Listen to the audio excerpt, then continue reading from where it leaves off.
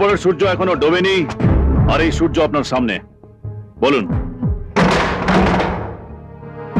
আমার সংবিধানের 3 নম্বর ধারা, যতক্ষণ না কাউকে বসতে বলি সে বসতে পারে না।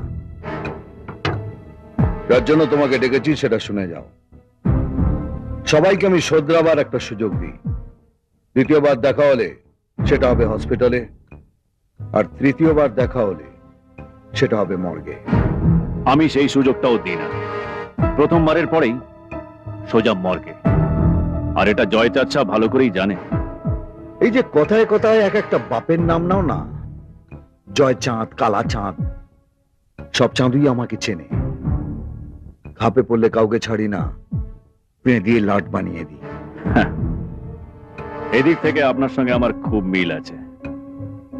আমিও খাপে পেলে কাউকে ছাড়ি না, পে দিয়ে লাট বানিয়ে দিই।